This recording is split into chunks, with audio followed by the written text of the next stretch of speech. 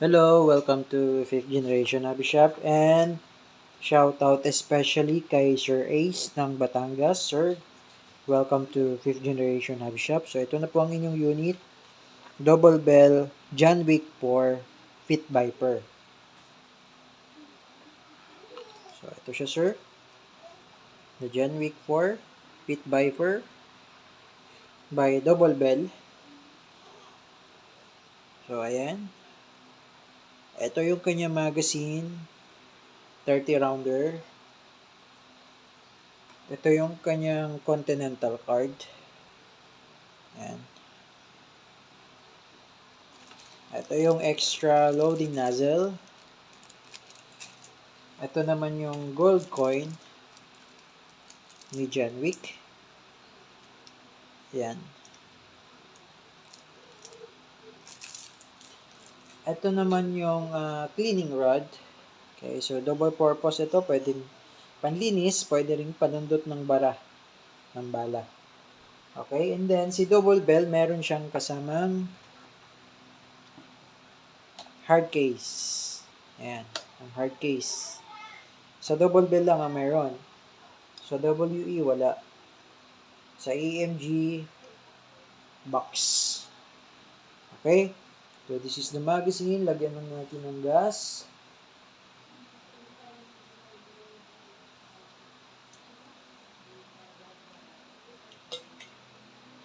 Yan, pag ganyan po, inverted position, upside down, then press.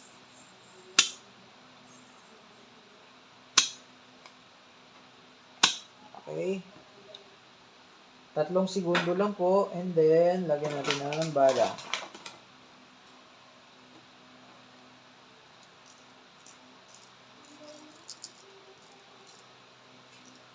Kailangan po walang spacing, no? Kailangan alternate yung bala, double stack.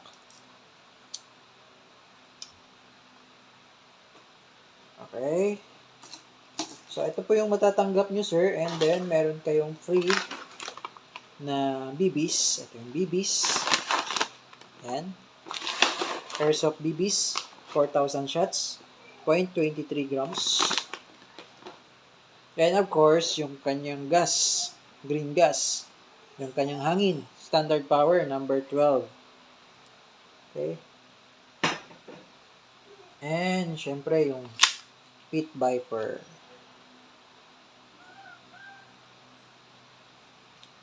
Yun. So, pwede mo siyang lagyan ng accessories. Flashlight, laser, pwede. Dito, kasi may accessory rail siya. Sa kabilang side, Fit Viper. Ayan. Markings. Ayan. Okay, fiber optic sight, front, sa rear sight, 2 white dots. Okay, and then ambidextrous manual safety. So, pag sinabi pong ambidextrous, magkabilaan po yan. Yan natin. Yan, magsasabay yan. Kasi may mga unit na hindi ambidextrous. Yung may mga unit na dito lang sa kabilang side ang safety, manual safety. Sa kabila wala. Then meron ding unit yung may full automatic, especially yung T-Rex. Dito sa kabilang side, ito yung selector, fire mode selector. Sa kabilang side, yun yung manual safety. But for this model, for this specific model, this is ambidextrous manual safety. So kung kayo ay left-handed, you can access the manual safety. Siyempre, kapag right-handed. So, check natin kung gumagana ba. Ayan, gumagana. Pag binaba ko, papalo na yung hammer. Ayan.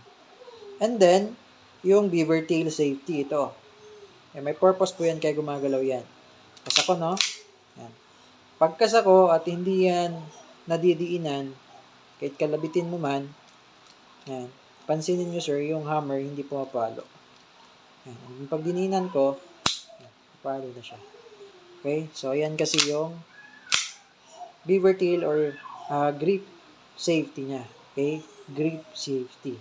Okay? So, ngayon, pag diniinan ko yan, pag ginawakan ko yung grip, automatic kasi yan, madidiinan eh. So, dapat ganito ang hawak. Pagka ganyan ang hawak, yan, puputok kang ganyan, hindi yan puputok eh. Kasi hindi nadidiinan yung grip. Yan. Okay, automatic nadidiinan siya. Then, okay.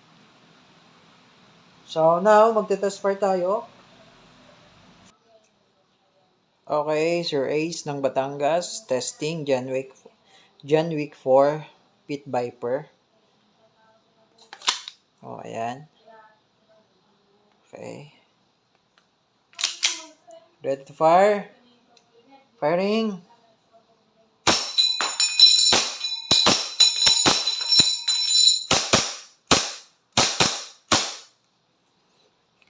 Okay. So, ganyan po ang magiging itsura kapag wala na siyang bala.